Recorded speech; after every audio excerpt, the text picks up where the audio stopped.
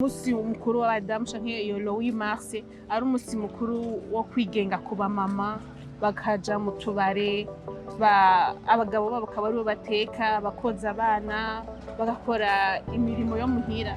Eske urabishigikira canke wumva nyene ko ariko byari kugenda? Nabashigikira. Umunsi mukuru w'abakenyezi aba ari nk'ikintu cyo kudukangurira ahubwo gukora tujya kuntu bavuga ati turi bamaboko igihumbi dukore nyene aba ari nk'umunsi w'ikangura aba ari umunsi wacu ariko wo kugaragaza n'icyo dushoboye. Kuja mu kabari ahubwo bari byiza aho umuntu wese agenda n'ahasengera agahimbaza Imana agashimira Imana.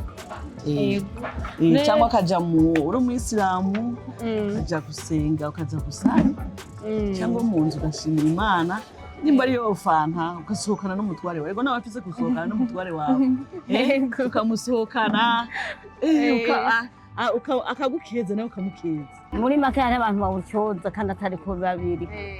Umukenyezi azi ugene bubaka urugo ukuntu bubaka urugo kuko urabona ko hariho n'indi bivuga ngo umukenyezi kiremesha mu muryango agenda yatunganije ibyo mu rugo agategura ibintu byose abona ko bimeze neza. Baja kubyumviriza sero n'uwo bumvirije kuko ndabona haciye abantu benshi bakagira ico bungutse ku byavuzwe bakagira n'ibyo bihanuye. Ego sateke nayo ndayishimiye kuko urumvira kiratanga impanuro iratsimbataza ubumwe n'amahoro mu muryango. Si kuryoherwa gusa bisanzwe ahubwo ni umunsi wo guha agaciro umwigeme akamenya n'icyo ajejwe ndetse n'umudamu akaha agaciro nk'uwo baba bubakanye cyangwa se ibyo ajejwe gukora. Twabageneye naka mubona ko turi Bujumbura haba hashushe urashobora kuja ko mu rubanza urumva nko buko dimanche urashobora kuzosohora urashobora kuzogenda rero haka nk'izuba urashobora kukitwaza rero kugira ugume ufata akayaga. mbega yo urumva biraryoshe hamwe hashushe uri kurasenga uri kurumva wipepera ugume uryoheye udasubira kuguma ubiri yashusha kugenda n'ibitambara. Murakoze cyane ahubwo ngiye gusokotsa irabe none. Imana ibahezagire cyane. Ndashimiye ishirahamwe sateke ryabazanye nukunda bakengurukiye gusa Imana ibahezagire kandi bashoboze. Yego ibahe n'abanywanyi babumviriza bo ntabaho umugisha.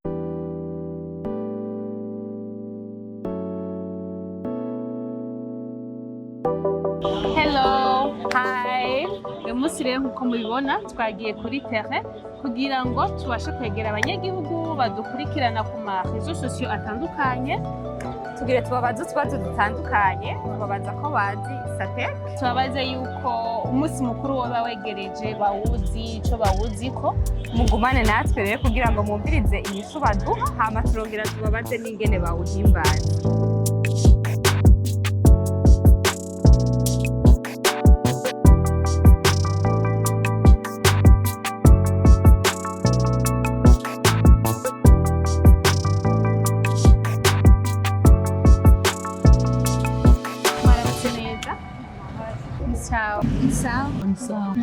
Mumeze neza? Urabona ko nambaye sateke. Ijambo sateke umaze kuryumva ahantu cyangwa umaze kuribona ahantu? Sateke je mpora ndaribona kuko urabona ko ari umubanyi wacu. Wapi n'ijambo? Sateke ndayizi. Watubwira icyo ari cyo none? Sateke ni ishirahamwe risanzwe ridandaza ibintu byinshi aha nyene mu gisagara ca Bujumbura. Isanzwe ikorera aho dusanzwe dusumirayo utuntu n'utundi. Maze kubona amayenga n'umukorera kuri Abandi. Yego dukorera Abandi. Wowe uzi ibyo dukora canke umaze kubyumva gusa nk'umaze nambara amafrigo televiziyo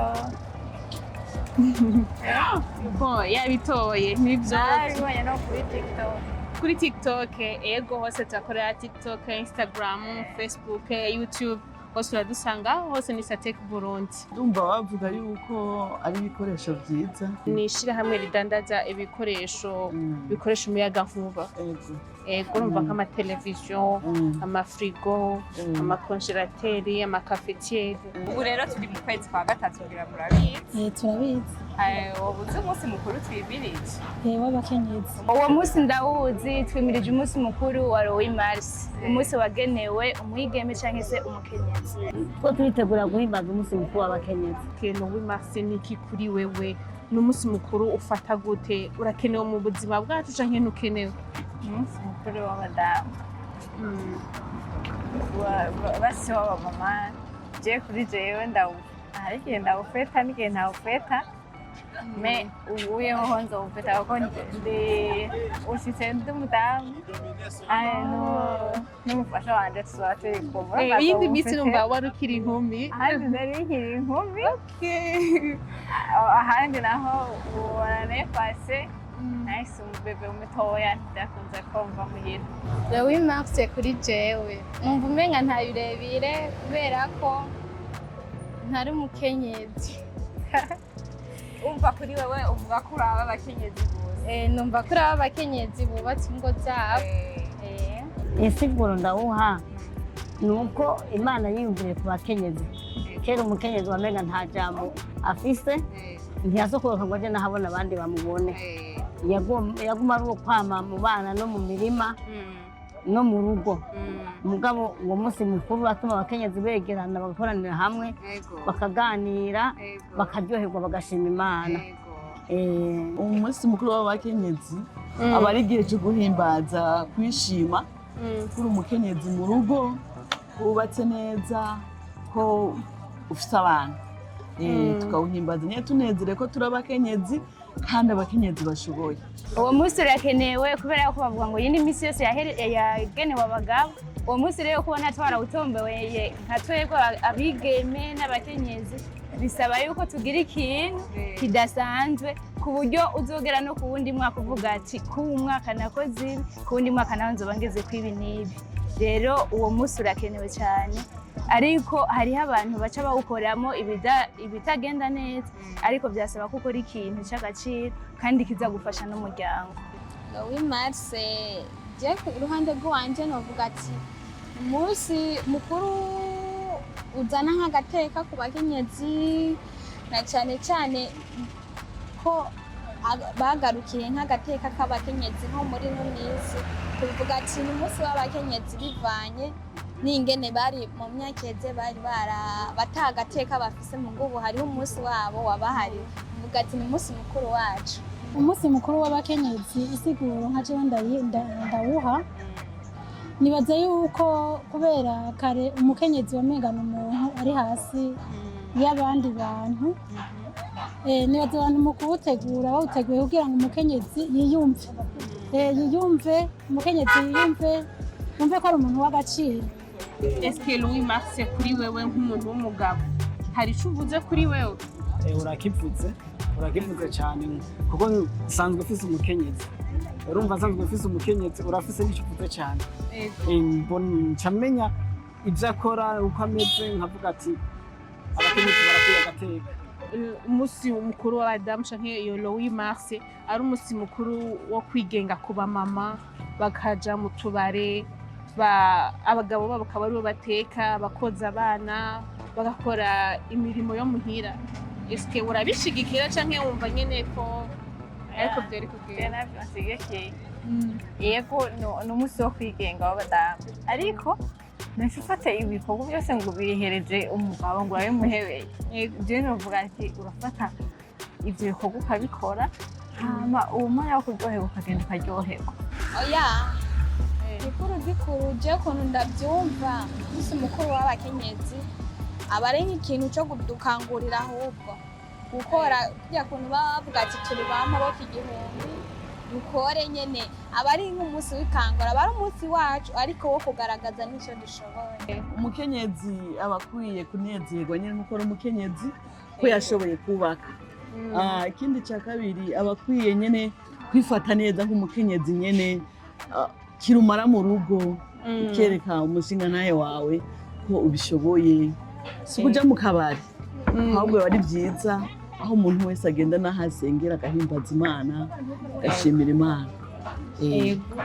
Cyangwa akajya uri umuyisilamu ukajya gusenga ukaza gusara cyangwa mu nzu ugashimira Imana. Nimba ariyo fanta ugasohokana n'umutware wawe, nawe afise gusohokana n'umutware wawe ukamusohokana akagukeza nawe ukamukeza. Oya ivyo sivyo, ivyo nibaza yuko ari abagomba kudutoza. Umunsi mukuru w'abakenyezi aho kugenda wabitunganije byose. Kugira n'umushinga ntabone kutamurengeye. Bijya bintu muri make hari abantu bawucoza kandi atari ko babiri. Umukenyezi azi ingene bubaka urugo, ukuntu bubaka urugo. Kuko urabona ko hariho n'indi bivuga ngo umukenyezi n'ikiremesha mu muryango. Agenda yatunganije ibyo mu rugo. Agategura ibintu byose abona ko bimeze neza. Kandi akagenda amumvikanye n'umushinga ntahe wiwe. Hanyuma akaregera amasaha yo gutaha. Ntatahe saa sita y'ijoro, ntatahe mu gicugu, kandi nimba yarose ikinyobwa ntakinyobwa arenze. Akagira ahagarukiritse, akigera. Agataba yaganeza n'umushinga ntahe. Yego, suno bahano. Ujya munsi uguma mu yindi minsi umuntu asigaye kugumana imico n'akaranga vyiza. Kuko inyuma y'ujya munsi iyindi minsi myinshi bisigaye iminsi 360 urumva ko ujya munsi si wocu utuma ahindura komportement. Gira rero nka message ushobora guhereza nk'abadamu uwo munsi wawufata ukundi kuntu bakawitwaramwo nabi bakumva ko ari uwo munsi wo kwigira bakagarara mu ngo zabo. Message nobaha ujya munsi n'amasaha 28 mu masaha menshi agize umwaka. Mu gihe witwayemwo nabi ushobora kukuramo igikomere kizomara iyindi minsi yose usigaje. Kuba vyitayemwo neza nabo nohanura abafasha babo ko babashigikira ukaba n'umunsi wo kubibutsa ico bajejwe n'ico bamaze mu muryango.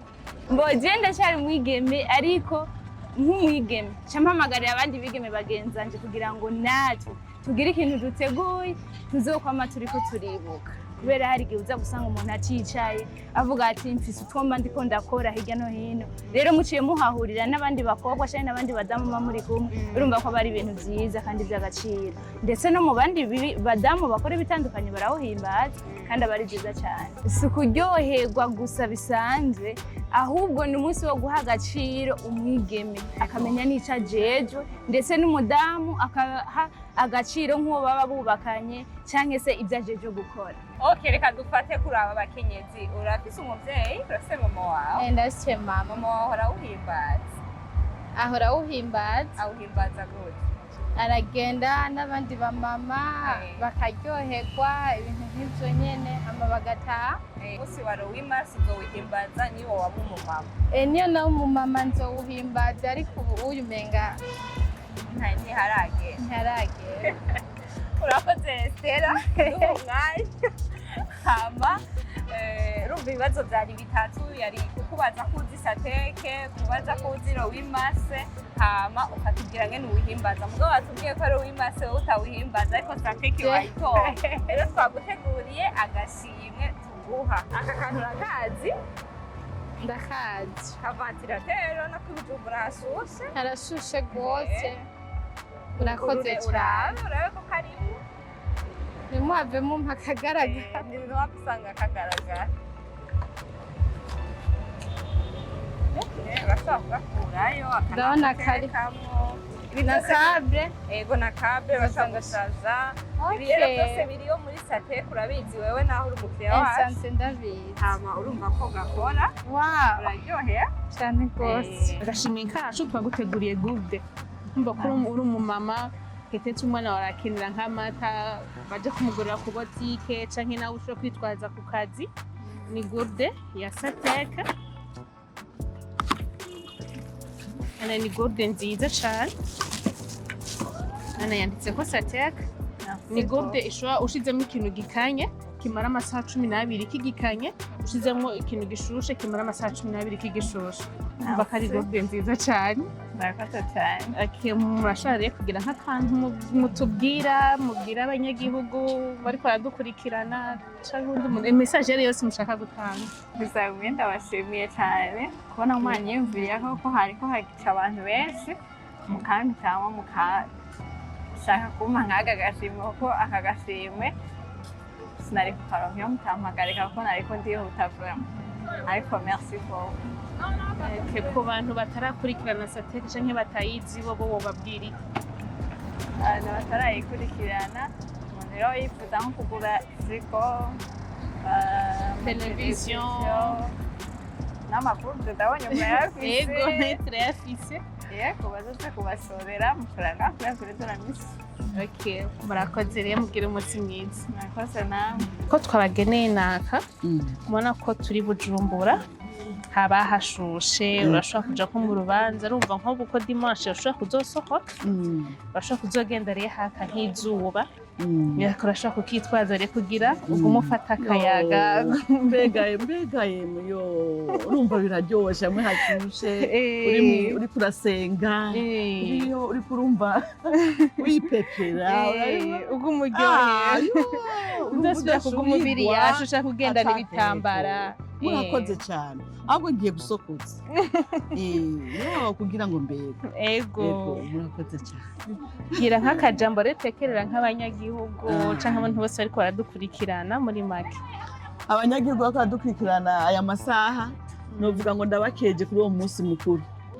Uyu munsi mukuru wimirije w'abakenyezi ntibatangwe ariko bagire akaranga bagire akaranga babikore neza nukuri ndanezerewe n'irishirahamwe rya tugendeye kugira ngo batwereke yuko ari ubuhinga bwa none bufasha abantu bafise imyaka myinshi bagira indugumba bakijena hari utuntu twaje two gutuma baguma bafise igifresher aka n'akaguru murakabona iyi rero turazidandaza no muri salo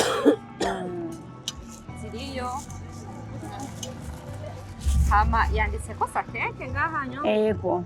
ni ukuvuga yuko iyi gurde urashaka kuyishiramwo akayi canke utuzi dushushe canke amazi akanye urabona nk'iyo haje nk'ubushuhe ni ukuvuga ushizemo ibintu bikanye n'ubwo amazi akanye arashobora kumara amasaha 12 agikanye ushizemo igishushe kiguma gishushe ikiringo c'amasaha 12 rero izi zirahari muri sateke zizogufasha irabe none Imana ibahezagire cyane ndashimiye ishirahamwe sateke ryabazanye nukunda bakengurukiye gose Imana ibahezagire kandi bashoboze ego ibahe n'abanywanyi babumviriza wora habaho umugisha. Aka niko gashimwe twakugeneye sinzi ko havukishimira gusa ndibaza agashimwe ni kaba gato urabona ko turi ni Bujumbura hashuha ubuzozo uragendana aye kugira tuyimara ubushuhe urumva ko akayaga kaza kameze neza. Nk'icyo novuga ati sateke vraiment ni nziza ibintu nyene imenya abanyagihugu ikamenya ivyo tuba dukeneye turosanya ibintu bijanye n'umuco n'utuvantilateri two kuza nyene turikura amayashu narirya tuba dusanzwe turi Bujumbura hashushe. Ni ukuri murakoze cyane Imana ibahezagire. Ni gurde iriko marke ya sateke ni gurde ushobora gushiramo ikintu gikanye kikamara amasaha 12 kigikanye canke ugashiramo ikintu gishushe kikamara amasaha 12 kigishushe nkuko wagishizemo. Ni gurde nziza cyane ndabashimiye cyane kuko numvise ko muvuga rezo sosio ndibaza biratunguruka cyane hari n'abaja kubyumviriza sero n'uwo bumvirije kuko ndabona haciye abantu benshi bakagira ico bungutse ku byavuzwe bakagira n'ibyo bihanuye. Ego sateke nayo ndayishimiye kuko urumvira kiratanga impanuro iratsimbataza ubumwe n'amahoro mu miryango. Akana kavantilateri ngira urakabona urabona ko hashushe n'akayashaka aka rero ni kamwe mu maproduct tudandaza muri sateke. Sateke ni ishirahamwe ridandaza ibintu bitandukanye electronique hari ibintu byinshi bitandukanye hama tukaba turi ku mbuga nk'uko wavuze ko watubonye kuri Facebook ni sateke Burundi kuri TikTok na Instagram na YouTube na Twitter hose turiko. Nibaza ko udusuiva rero ukazuraraba ibintu byacu aho ni sawa ndabakurikirana kandi cyane umva gute none kakayashu kaciye kagenda atagagera n'udufreshe catuguma cyane gose kandi n'akajambo ubwiye abantu badukurikirana. Ego ndabashimiye kubona mwatwiyumviriye kandi ndashimiye n'abantu batabura babakurikirana. Izi mbuga ngurukana bumenyi ziradufasha kubera yuko nizo dukurikiranira ko ibintu byinshi biba biriko biraca ahantu hatandukanye no mu bihingo itandukanye. Rero ahubwo nukuza turagera naho muba muriko murakorera kugira ngo dushobore no kubashorera aya maproduit yanyu. Iyi ni burge. Murakoze cyane. Iki rero ni ikidandaza kimwe muri byo tudandaza muri Sapec. Murayibona. Ni burge nziza cyane. Irakanyisha igashusha no kuko ushizemo ikintu gikanye kirashobora kuguma gikanye amasaha 12. Gishushe kuguma gishushe amasaha 12. Urumva urashaka gushiramo akayi cyangwa utuzi aho ubushuhe bwaje ngabujumbura. Hama hariko na marque Sapec. Sapec nginde yibona. Yego. Murakoze cyane.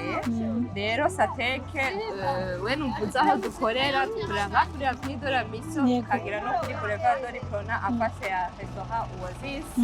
Hama turafite na marezo sociaux kuvuga imbuga dukorerako ni Sapec Burundi kuri Facebook, Instagram na TikTok na YouTube hose biriko na muzoje kubikurikirana.